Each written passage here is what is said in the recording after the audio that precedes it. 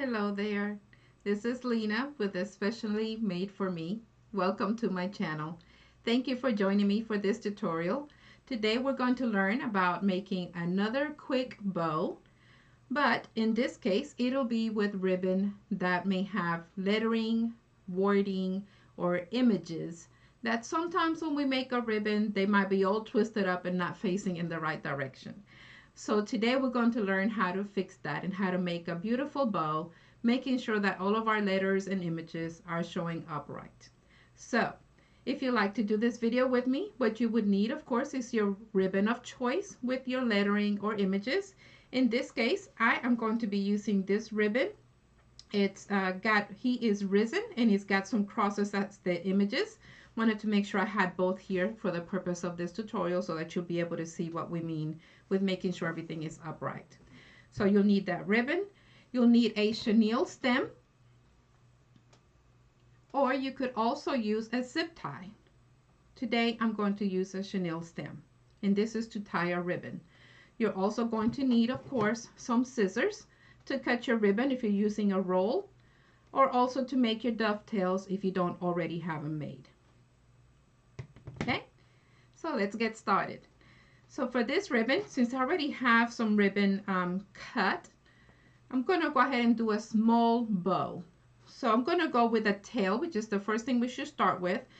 This tail is going to be small, maybe about 4 inches. Okay, so we're going to start with a tail first, and don't worry, I will show you how to do your dovetail using another ribbon since mine is already made, in case yours isn't already done. So we'll have our tail. We're going to put our tail where we want it measured with the length, right in between our thumb and our index finger so that we can hold it. Okay, so we're going to pinch it and keep it there in place. Okay, just like so. From there, we're going to start making our loops. So we're going to start on this side. We're going to go up and then under, and we're just going to tuck it in right in between, just like before. Just crunch it on in there and keep it pinched, and we already have one loop. Okay, seeing our letters are facing in one direction. We're going to go on the other side and do the opposite. This way we're going to come up and over, and then we're going to tuck it in. Just crunch it in and put it in between, in that same location, in between your thumb and the index finger. Now you can measure either using a ruler, or you can use a board, just like myself. I have a board here that has the measurements. Or another quick way is by doing the visual test. So you can pick up your loops, put a finger in between each one, just putting the fingers in between the loop, and lift up, and they should be even when you lift up. That'll let you know that they're the same size. Okay? All right, let's make another couple of loops. So we'll have 2 on each side. So on this side, just like before, we're going to go from here and tuck under. Okay, and we can measure in this side. Now that we already have a loop measurement the way that we want it and the size that we want, we can use that to measure our next loop. So when you do your tucking in, you're going to measure there using your finger, and then tuck in the rest of your ribbon in the same location between the thumb and the index finger. Okay, so now we know these two are the same size. We're going to go on to our next loop on the other side, and we're going to come up and over.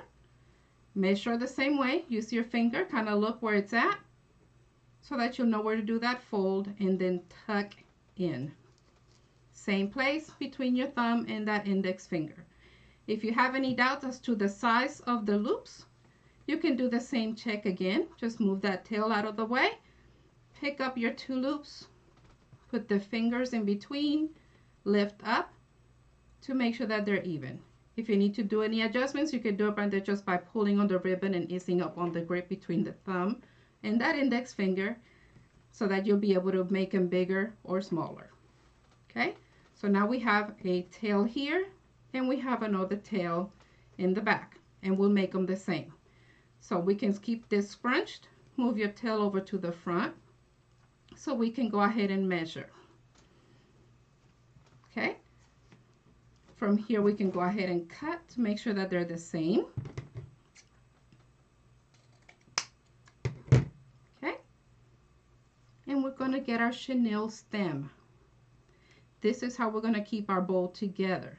So we're going to just fold it in half, tuck it in between the same finger, the thumb and the index, to make sure we have all of our ribbon in place. See here, right in the middle. Okay, move it if you need to. And we're going to twist on the back. So in the middle, where we had our finger, we have it here in the back, and we're just going to twist to make sure it's nice and tight. And we can use the chenille to tie this onto a gift, a wreath, or wherever we would like to showcase our new bow. Okay, so now we get to do some shaping. Bring our tails over, and we have our loops, and we get to play to make sure that we extend those. Key thing here, go ahead and expand by putting your fingers in.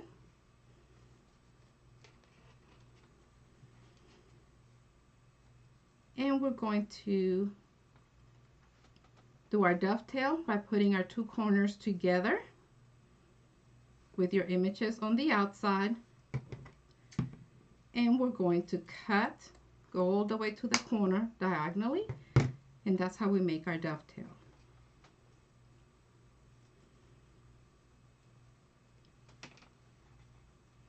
Okay, so we have "He is risen," and we have our tails. If you would like to curl your tails, put your thumb underneath and just give them a little twist.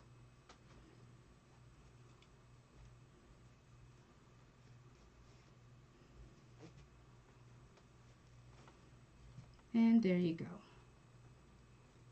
I think I twisted my loop on the other side because now it's all twisted up on this side. There we go. Good thing they're wire ribbons.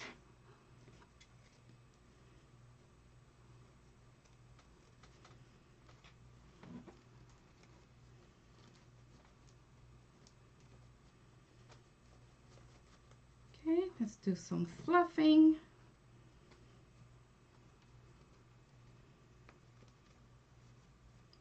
To make it pretty, put our fingers in, make it fluff, shape it,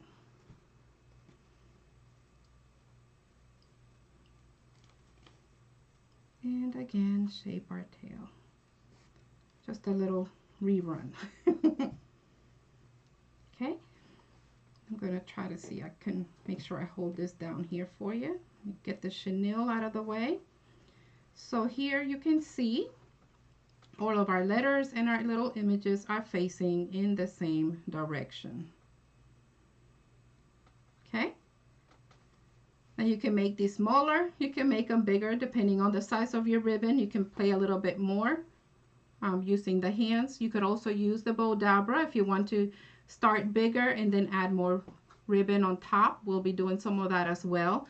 But I wanted to make sure I showed you the little trick here that I've learned